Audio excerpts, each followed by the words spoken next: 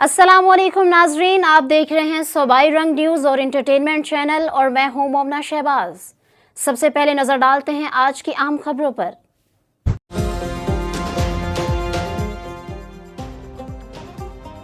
Iran Israel जंग मशरक़ वस्ता में दीगर मुल्कों तक फैल गई। ईरान का कतर में अमरीकी फौजी अड्डे पर जवाबी हमला। गैर मुल्की मीडिया के मुताबिक ईरान ने कतर में अल अदीद एयरबेस पर 6 मिसाइल दागे। वस्ती दोहा और दीगर इलाकों में धमाके, आसमान पर मिसाइलों को देखा भी गया। कतर में अमरीका का अल अदीद एयरबेस मौजूद 10,000 फौजी तैनात हैं। अल अदीद एयरबेस मशरक़ वस्ता में सेंटकॉम के तमाम फ़ज़ाई ऑपरेशंस का हेडक्वार्टर्स है। यहाँ बरतानवी फौजी एहलकार भी खिदमात सर अंजाम देते हैं।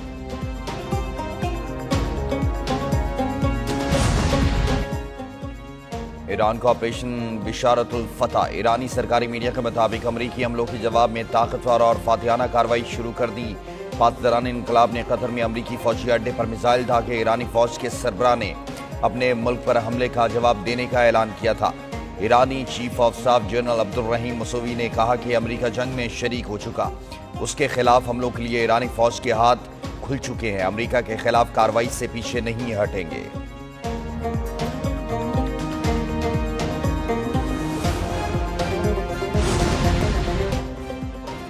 अमरीका की मशरक़ वस्ता की सूरत हाल पर नजर। अमरीकी नेशनल सिक्योरिटी काउंसिल की मीटिंग तलब की गई। सदर डोनाल्ड ट्रंप, अमरीकी वज़ीर दिफा पेट हेग्सेथ और chairman joint chief of staff general Dan Caine White House में मौजूद रहे। एक सीनियर अमरीकी अफसर ने बताया, व्हाइट हाउस और वजारत दिफा कतर में अल अदीद एयरबेस की सूरत हाल से आगाह हैं और निगरानी भी कर रहे हैं।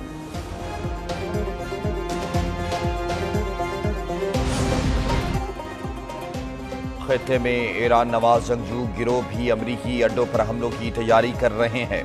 अमरीकी अखबार न्यूयॉर्क टाइम्स का दावा कहा, अमरीका ने ईरानी हिमायत याफ्ता मलेशियाओं की इराक और शाम में अमरीकी अड्डों पर हमले की तैयारी का सुराग लगाया है।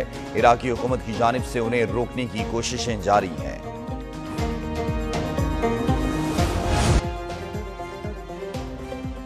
कौमी सलामती कमेटी का इजलास। ईरानी जौहरी तंसीबात पर हमलों पर तशवीश का इजहार किया। एलामी में कहा गया, 22 जून को फर्दो, नतांज और अस्फहान में हमले आलमी कवानीन की खुली खिलाफवर्जी हैं। इसराइली हमलों ने ईरान और अमरीका के मुज़ाकराती अमल को मुतासर किया।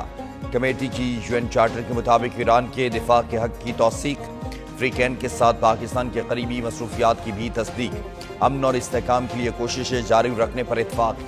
वज़ीर आज़म की ज़ेर सदारत इजलास में फील्ड मार्शल और दीगर हुकाम शरीक हुए।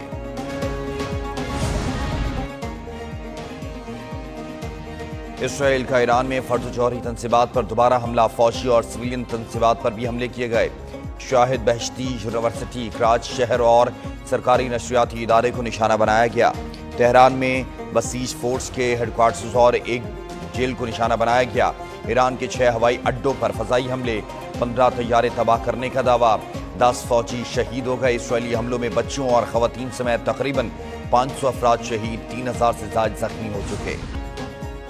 ईरान का इसराइल पर मिसाइलों और ड्रोन से फिर हमला। तल अबीब, अशकलोन, अशदोद और बेसान पर मिसाइल दागे गए। इसराइली फ़ज़ाई दिफाई निज़ाम को भी निशाना बनाने की कोशिश। मिसाइल हमले के बाइस हज़ारों शहरी बिजली से महरूम हो गए। ईरान के साथ जंग में इसराइल में अब तक 25 अफराद हलाक हुए, 2500 से ज़ायद जख्मी हो चुके। ईरान ने इसराइल के लिए जासूसी करने पर एक और शख्स को फांसी दे दी।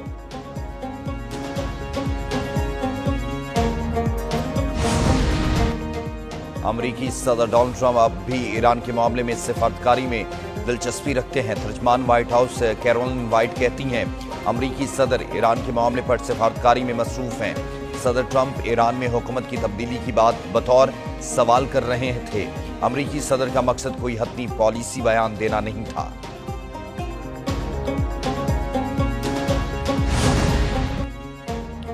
नॉर्वे ने भी ईरान पर अमरीकी हमले आलमी कवानीन की खिलाफवर्जी करार देती है। वज़ीर आज़म गहर स्टोर्म ने कहा कि मशरक़ वस्ता की सूरत हाल मज़ीद पेचीदा हो चुकी है। अक़वाम मुत्तहिदा की सलामती काउंसिल मफलूज है। अमरीका के पास अपने दिफा का हद मौजूद है, मगर ईरान पर इस हमले को दिफा नहीं किया जा सकता। ईरान से जौहरी मुआहिदे की कोशिशें रुक चुकी हैं, जो अफसोसनाक है।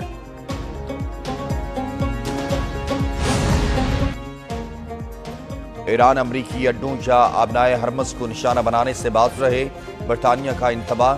وزیر خارجہ ڈیوڈ لیمی نے کہا کہ ایران کے حملے کا جواب تباہ کن ہو سکتا ہے۔ Secretary general NATO Mark Rutte کہتے ہیں نیٹو اس بات پر متفق ہے کہ ایران کو جوہری ہتھیار نہیں بنانا چاہیے۔ ایران عدم پھیلاؤ کے معاہدے کے تحت ذمہ داریاں پوری کرے۔ ایران بہت حد تک روس یوکرین جنگ میں بھی شامل ہے۔ ایران نے روس کو ڈرون دیے جو وہ یوکرین کے شہریوں کو مارنے کے لیے استعمال کر رہا ہے۔